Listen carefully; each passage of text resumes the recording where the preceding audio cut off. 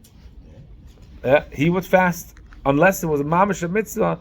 For him it could be Einik Shabbos is not eating. Like it says sometimes if someone had a very bad dream, sometimes you could attempt to fast because you can't eat. The eating would make it After first child, it's also in Shabbos not eating. Yeah, so I'm talking about food and what's it called. So there was talking one time that a king had a hard time falling asleep, to say, and I brought the biggest doctors, sleeping pills after sleeping pills, did everything in the book, nothing helped. He says, I have the exact thing for you. I portioned it to a chant. King fell asleep for 4 days straight. He wakes up and he tells the guys like, he's a scientist. Says we researched it. We know why you fell asleep. We actually can't figure it out how you woke up yet. But with the ingredients added in the chant, you should have slept another week. So, anyways, Avina would fast every day besides Shavuos, Purim, and Erev Yom Kippur. Besavala, ח.ב-ט.ב holds like ח.ב-ט.ב that the 9th day eating is considered like both like fasting. The Shmuel, Shmuel does not agree to that. The Shmuel says that the whole thing with 9th 10 is you have to add in the beginning and the end, but not that it's considered eating. Anyway, so basically that's basically what Tess is telling you, that this guy would fast every day besides Erev Yom Kippur, because Erev Yom Kippur is a mitzvah of eating, and the Rashi says the more you eat, the better it is, the bigger mitzvah you have. Okay, Tana Rabbanan. The pasuk says twice Yovel Hi. Tana Rabbanan.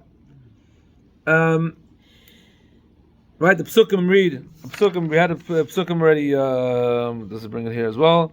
Vavata shofar b'tuah b'chodesh Shvi. You should blow a shofar on the 10th day of the 7th month. We should blow a shofar. You should sanctify the 50th year. You should call freedom. The Chol Yishveh for everyone that lives there. Number 1, Yovel Hi Tiyolachem, which should consider Yovel, a jubilee. V'shaftem Isha L'chuzosav Isha Mishpachtei Teshuvu, everyone should return to their family. Then the pasuk says again, Yovel Hi Shnas Achim Shana Tiyolachem. This Yovel is the 50th year. You should not reap, etc., etc. So the pasuk Tanaban Yovel Hi. Why is it repeating it again? The teacher is like this: Afal Pisha Loi Shamtu, Afal Pisha Loi Toku. Even though you did not release the fields back to the original owner, or you didn't blow shofar, Yovel nonetheless comes in.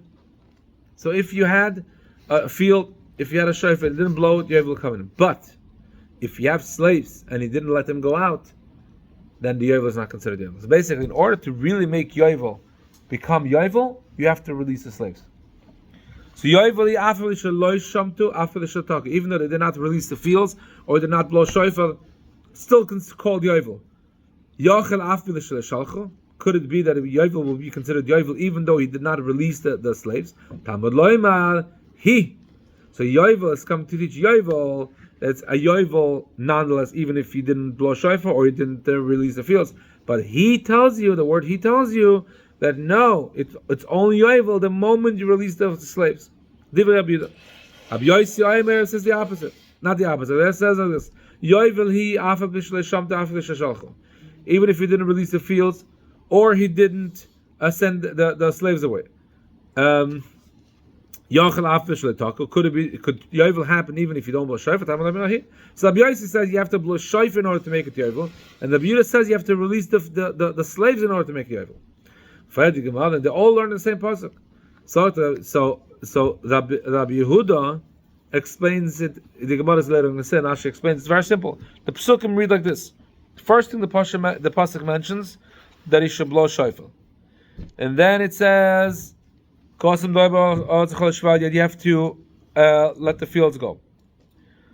Then it says, and then it says, "Yovel hi shnas chamishim." So what is Yovel? He tells you that even if you did not send you did not release the fields. You did not shaftem isha l'chuzosav isha mishpachtei. You did not release the fields. Even though you didn't do it, it's still considered yovel. But going back the first pasuk where it says you have to blow shofar, that you have to. So basically, Abiyah tells like this: the first thing the pasuk tells you, Taviyah b'shofar chalatzim, that is a must. No, sorry, I'm confusing over here. Again, the first thing says belong shofar. The second thing says that that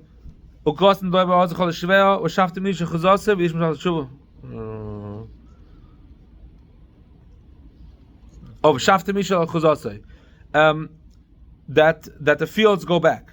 So those two things are not necessarily. The first two things mentioned in Pasuk not necessarily. Next, it says Yovel ish nasach mishum shana. That is connected to Isha Mishpachta Teshuva, that a person returns to his family. That is a must. So again, the pasuk says three things: Blow shofar, fields go back, slaves go back, Yovel he. So the Yovel is connected to the last thing. The last thing is a must. The other two is not a must. That's Rabbi Yehuda's way of learning. Rabbi Yossi says no. Rabbi Yossi explains it differently. 6 lines on the top.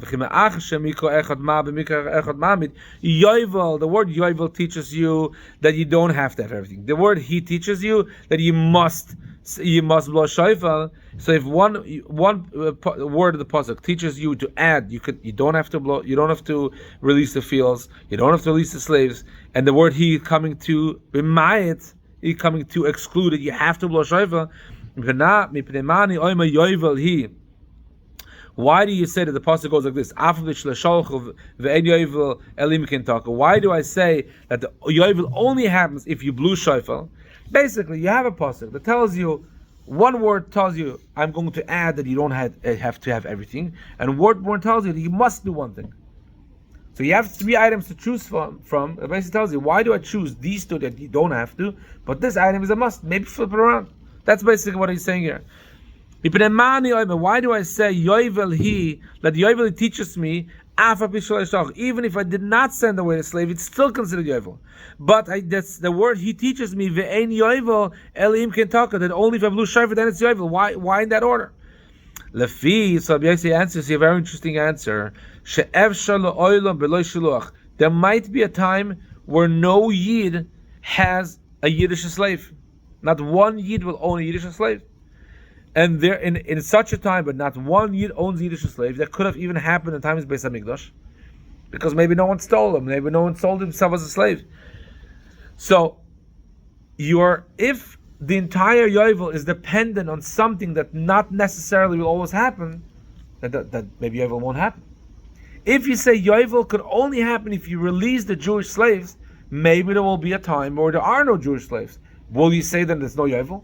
So therefore, Rabbi Yossi tells you, Yovel has to depend on an item, on something that will always be. And what's that? That's blowing shofar. Isn't thing to blow the shofar in the mikdash? Correct. We're talking about it. It's now we. No, we're talking about Beis Hamikdash. It could be, even in times of Beis Hamikdash, there could be that no Yid was a slave. It's possible that no Yid stole and couldn't pay back, or no Yid didn't have money that had to sell himself. It could be. So you're going to say, if you say that in Yovel, the entirety of Yovel depends on releasing Jewish slaves, what about a year that there are no Jewish slaves? They're not going to make Yovel? So Yossi says no. Make Yovel dependent on something that will always be. What's that? Long shofar. Why? There could be a time in the world that there is no shluach avodim. But shofar you can always blow. Another reason, that blowing shofar is in the hands of the bezdin. The bezdin will blow shofar anyways, but releasing slaves is not in the bezdin hands. The bezdin can't force someone to release a slave. That's already in the hands of many different yidden. So therefore, Rabbi Yossi says, I would like to choose something that the bezdin has control over in order to make it called yovel. And what is that? Is blowing shofar. And what's the third one? What? Giving the fields back. The fields back. That also. It's not in the Rabbanon's hands. So then what's it called? Zog the Gemarrah. And it could also be, there might also, the same logic applies. It might also be a time, it could be, that comes yovel, and every field is in its original owner's hand. That could also happen. It's probably never going to it never happened, but it could potentially happen. It's possible that no one sold their field for 50 years. It's possible. It's possible that no one bought a slave for 50 years. It's possible. But shofar is something that you always have. And also, that again, shofar is in the hands of the bezdin, but returning fields and returning slaves is not in the hands of the bezdin. Just to give me, why do you need a second reasoning? Why do you need a second reason? you would maybe think the first reasoning that there might be a time there's no slaves and no field being returned is very, very far-fetched. That's not possible. It's not possible that there isn't one person in the world somewhere that has a Jewish slave, that it doesn't have to be sent away as a slave. So if that's possible, that you could say it's far-fetched to say that there is no Jewish slaves. It's far-fetched to say there's no fields. Therefore, I'm giving you a davachel. But the first one is still a good reason. So it's not impossible to give you the answer, because for sure there's going to be someone that's going to send away a slave. So that the second reason is this is given over in the hands of Bezdin to blow shofar, but releasing the slaves or releasing the fields are not given over to Bezdin, are not given over, is not in the Bezdin's hands. So now to finish off, so why? So that's the Rabbi Yosef's shitta. The Rabbi Yosef's opinion is, why do I say that the yovel depends on the blowing shofar, not the other ones? It's a very logical reasoning. So what's the reasoning of Rabbi Yehuda that tells you that no, it has to do with sending the slaves? It has to do with sending the slaves. Rabbi Yehuda. So Bishlam the Rabbi Yosef, he said a reason, a logical reason. And Rabbi Yehuda, my time, what's the reason he says that the yovel cannot become affected unless you send away the slaves? The pasuk says you should call freedom in the world. And it says when it says it has to go to right before. When it says that has to be attached to the blood. That has to be attached to the. Okay, we'll finish here.